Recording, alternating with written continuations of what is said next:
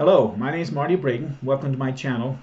I normally do a little short 15 to 20 minute video in a review of a specific subtitle in a book that I wrote called An Atheist Delusion in response to Richard Dawkins' book, The God Delusion. And his view is that God does not exist. My perspective is that he does.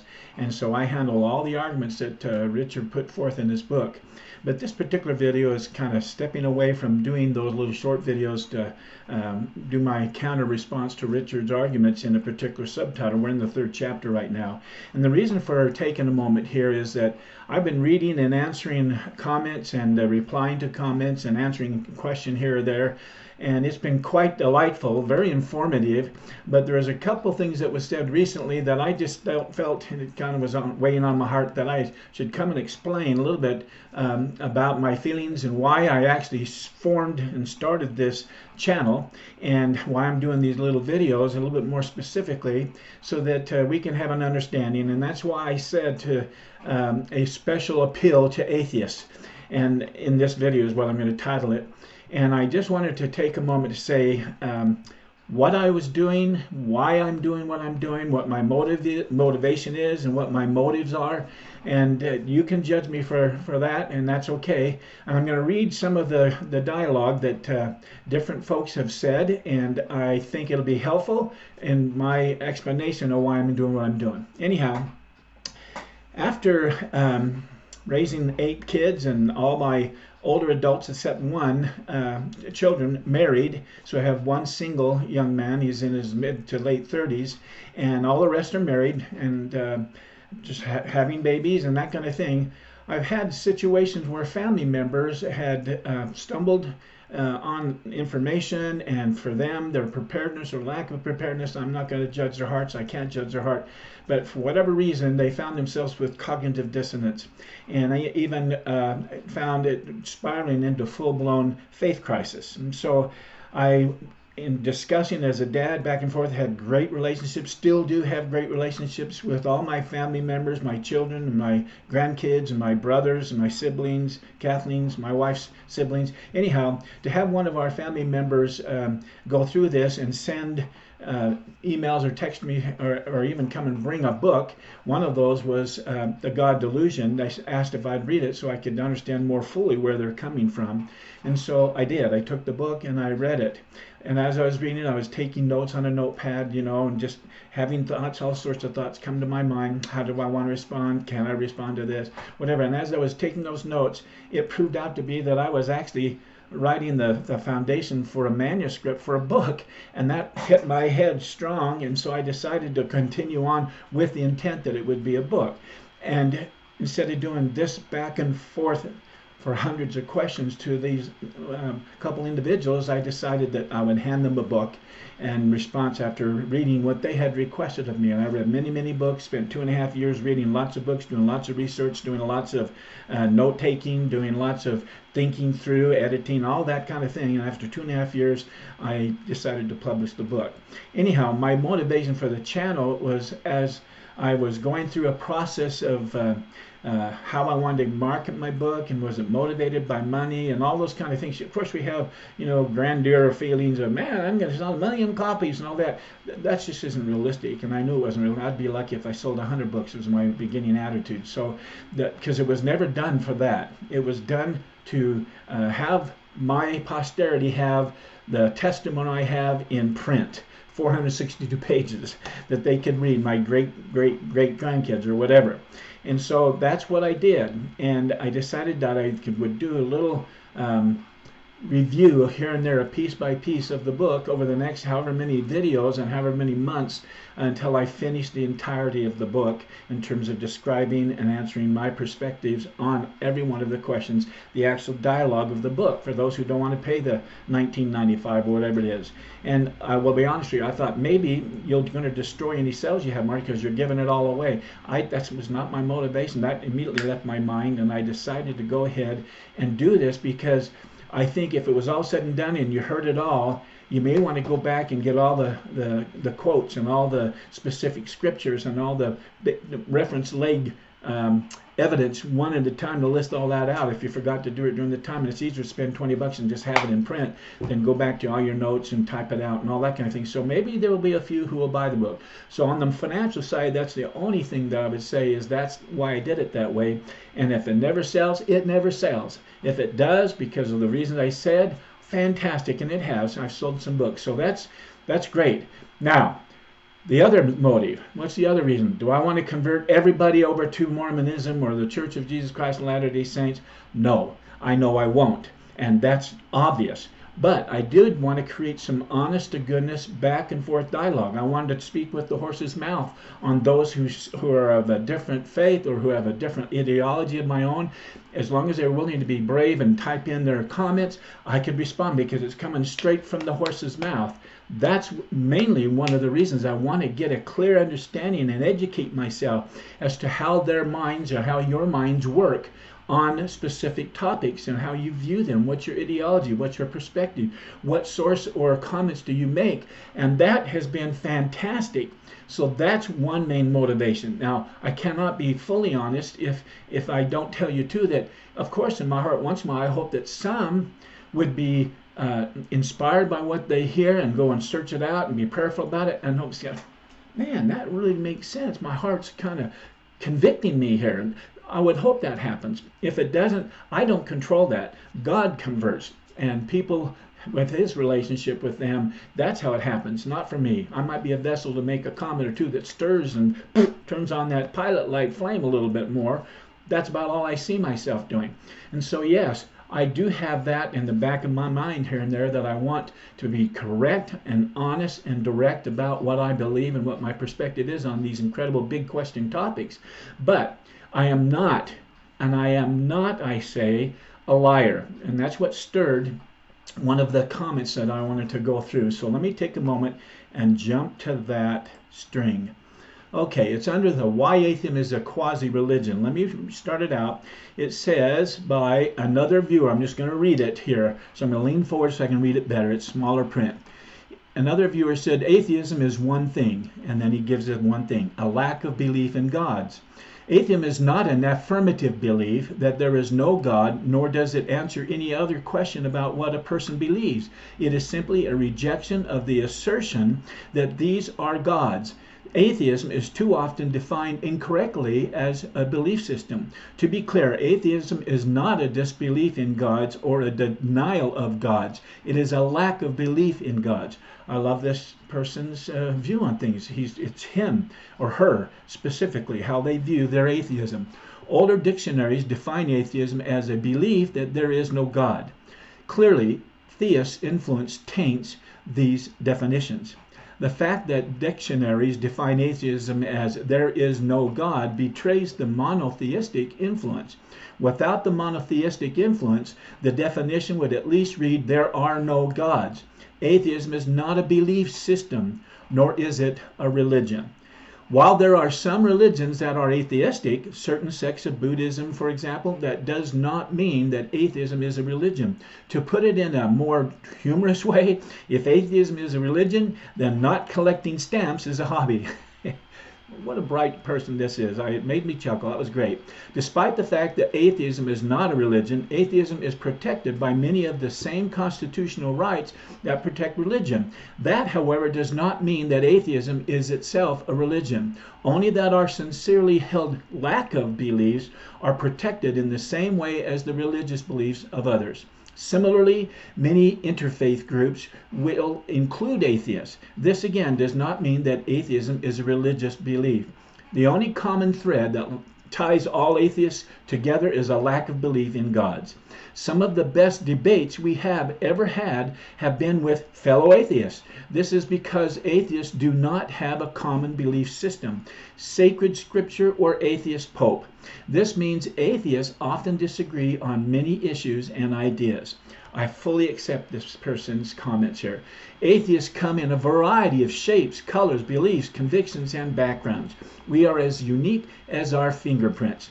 He goes on to talk about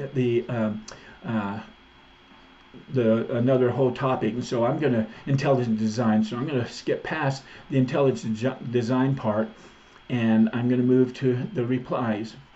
Hello, another viewer. This is mine.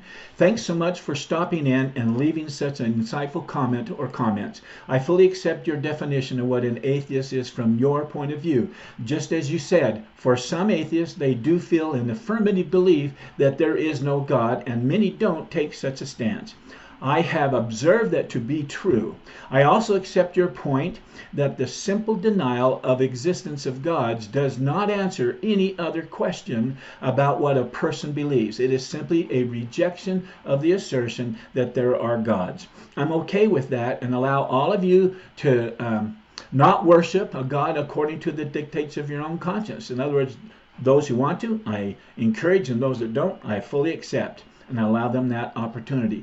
Atheism, I say worship how, where, or what you may, or not. It's your right and freedom. Atheism, from your point of view, as I understand, is simply a lack of belief in gods and not a disbelief in gods or a denial of gods. And thus it is not a system of beliefs or a religion, as most understand religion to be. I accept that you simply lack belief in God or in God's existing.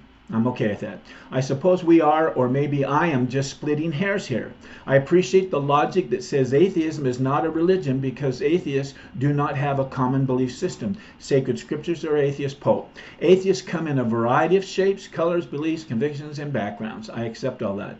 To all of this, I simply say that for some atheists, like Richard Dawkins, their beliefs do form a system, a quasi-system of religiosity for atheism's dogmas, such as secularism and the doctrine of evolution and its tenet of natural selection with its quasi-prophet writer, Charles Darwin.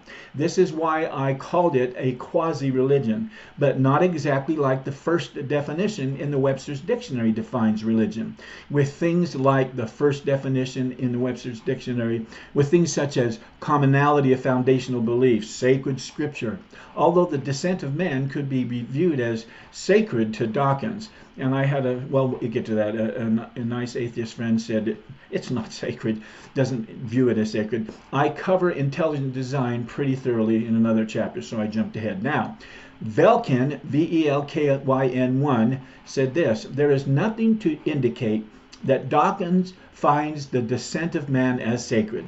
But nice false claims, Martin. You seem to be desperate to convince yourself that we really agree with you when we don't. And he talks a little bit about ID. My reply to Velkin: good morning, Velkin. Just so we are clear on how I view atheists. First of all, I love them. I don't agree with them, but I certainly allow them, you included, to live your life according to the dictates of your own conscience, or brain if you don't believe in conscience. Make no mistake that I am not desperate to convince myself of anything, let alone make myself think that atheists agree with me. Individually, there may be one here and there that we can stand on common ground, that third option, but collectively on some things. But collectively, we are worlds apart in our belief system, and that my friend is okay with me. Now, in no way do I think that you, as an atheist, is out there trying to deceive people intentionally. If you honestly think and feel that that is the intent of my heart, to deceive people, I allow all men and women the privilege to feel and think what you may. That said, I do appreciate getting input from your side of things so that I can understand you more fully, so please keep it coming. I only ask that you continue to keep it non-contentious like you have thus far. And kindly. It is helpful, and I am sure others who may read this comment string will appreciate your side of the discussion. Okay. Velkin next replied: I know you lie about atheists, Martin, but that's nothing new for a theist to do. Theists hate to admit that people don't agree with their nonsense at all. You don't love atheists, Martin, but again, nice lie. If you believe in a religion that says that anyone who disagrees with this God deserves death and worse, then there is no love, only a desperate need for obedience and external validation. Well, Martin, since I'm not here to deceive anyone, and I haven't deceived anyone, your thoughts mean nothing to me, he says, or she says. I do think it is your need to tell people false things for your own benefit. Curiously enough, Mormons aren't wanting to let people do and think what they may. Your religion spent millions in trying to prevent just that, Martin. Remember when the LDS spent millions trying to get the Right to Marriage Act stopped? Well, this is mine reply to that comment, to Velkin, Velkyn 1. I simply agree to disagree with you, Velkin. I will leave it to those who read your words and then mine to determine whether or not I have said that I don't want to, or that I hate to admit that there are people out there, including you, Velkin, who disagree with me. I have said in my comments as well as in my videos that I accept and allow all men and women the privilege to believe what they choose to believe, and that they, more often than not, do not agree with my theist perspective. And I certainly know that they think my beliefs are foolish and even delusional. I have said that in my videos multiple times, and even the little title of my book, For Heaven's Sake, says An Atheist Delusion, which obviously implies that I am well aware of atheist Richard Dawkins' disagreement with my perspective. As far as you calling me a liar because you don't believe me when I say I love you, and that's because you think I say I believe in a religion that says my God says that anyone who doesn't believe in my God deserves death and worse, it reveals that it is you who misunderstands what I have said. That's all I'm going to say. I won't call you a liar. I just think that you have lumped me into the overall group called Christians, and that you view all of them in this way. The reason I am not lying is because the truth of the matter is all of us have sinned, including myself. And as a result, we all have fallen short of the glory of God. And our wages for this falling, yours, mine, every Christian's, every believer, every non-believer, our wages for this falling short of who and what we should be is in fact death. Not just for atheists, Velkin, not just for atheists, but for every last one of God's children who have ever or will ever walk upon this earth. So to say that I call you atheist because what you don't believe in God, you're going to hell to burn, to be given death, we're all given death. But the hell and burn, it's a whole nother topic. It is the feelings and the guilt and the anguish that is a metaphor. The fire burning is a metaphor for what we'll feel once we have a full remembrance of everything.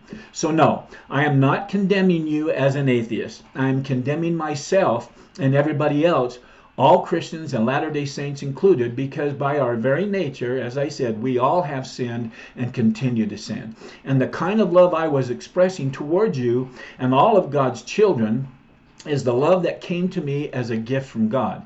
It isn't from my natural man, I assure you, because my nature is to judge and even hate at times, especially when I'm attacked. But the love I am speaking of is the gift of the pure love of Christ that I received several years ago, and is very hard to explain, but it is real. It is okay with me if you reject this, and my saying that I am, and you're saying that I am lying about it. I'm okay with that. It is your prerogative.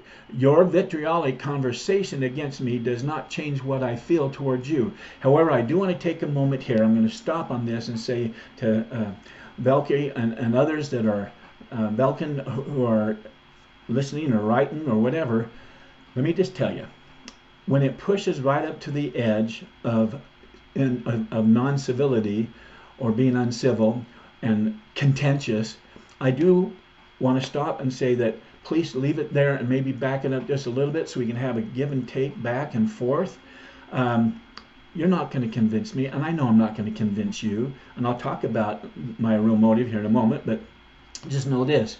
If it gets vitriolic, if it gets to where you're continually calling me a liar, that's okay, but I'm not going to respond.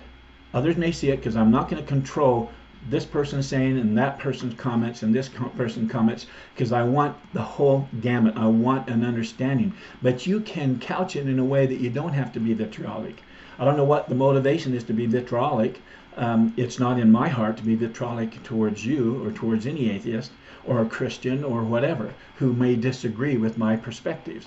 But I do want to just simply say that this pushed to the line, and I love you for taking the time to write some things. You were motivated by doing that, but I think you're talented enough. From what I read, you're certainly bright enough to couch it in words that are kindly, but get your points across so that there's not this contentious thing. And the points across is what I'm looking for. I really do want to get in your head and see your ideology and what it springs from and what source or feelings and why, the whys especially, that are your reference legs of evidence that can stack up, that moves people towards God does not exist, versus my reference leg of evidence that pile up and moves the belief cursor towards God exists on that spectrum of probability that Richard Dawkins talks about, that I hold to during my book as I write my book. So please, I've gone a little long, please understand that when I talk about love, it is a unique kind of love that's beyond my natural man. And I look at God's children with a loving heart. We're all in this together. We're on this planet experiencing all that we see, the wars, the hatred, the murders, the crime, the beauty, some good Samaritan attitudes of people helping people who they don't even know. There's the whole gamut. And atheists is a grouping. I try not to group. I try not to speak collectively. I want to speak individually. That's why I use Velkin just to talk, because I'm just talking to him and his comment about me being a liar. I'm not, oh, how bothered and hot about that. I just feel like it's closing down an opportunity where we can continue back and forth. I can get educated by you. You can be educated by me, just to be authentic. You don't have to agree with the education or the comments. It just helps you know where I'm coming from, and it helps me know where you're coming from. So it expands my understanding. It expands my sense of authenticity and your sense of authenticity. So that's what I'm speaking of. Now, let me talk about, close this off by motive. I did want to get my comments out there so those who are interested in looking and reading and seeing what supposedly this Latter-day Saint or member of the Church of Jesus Christ says about this, infinite regression, or about this, the genealogy of gods, or about this, polygamy, or about this, visions, dreams, spirit world, naturalism, all the topics and all the things and all the arguments that Richard Dawkins brings up. That's the main thing. But it also says this: I wanted to learn. Doing the videos, I want to learn and see how different peoples of different thoughts and backgrounds and religions or lack of religion, how they view the world, how they view these topics, how they would express them, and what some of the arguments they'd put forth. That helps me to understand, to be more authentic in my discussion.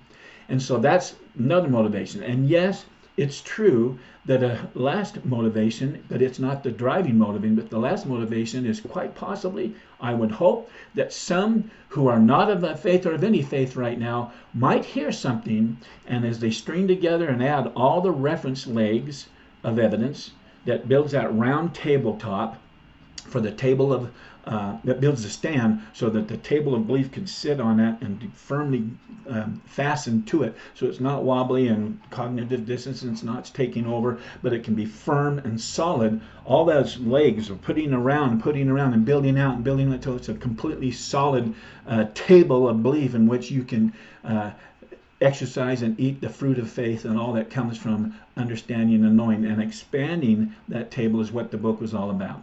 I hope that some will take their belief cursor wherever they are and take what Richard said and take what I said, and if it still conflicts and stays in the middle, and then all of a sudden it starts to overpower one way or overpower the other, fantastic. By the time the book's done, people have had their list and done their measurement and measured their belief cursor on that spectrum, and I hope some of it says, I hope. Some have come and said, you've answered questions, Martin, that really I've had for a long time, and you've been able to let me take it off my shelf of unanswered questions, and I'm grateful for that.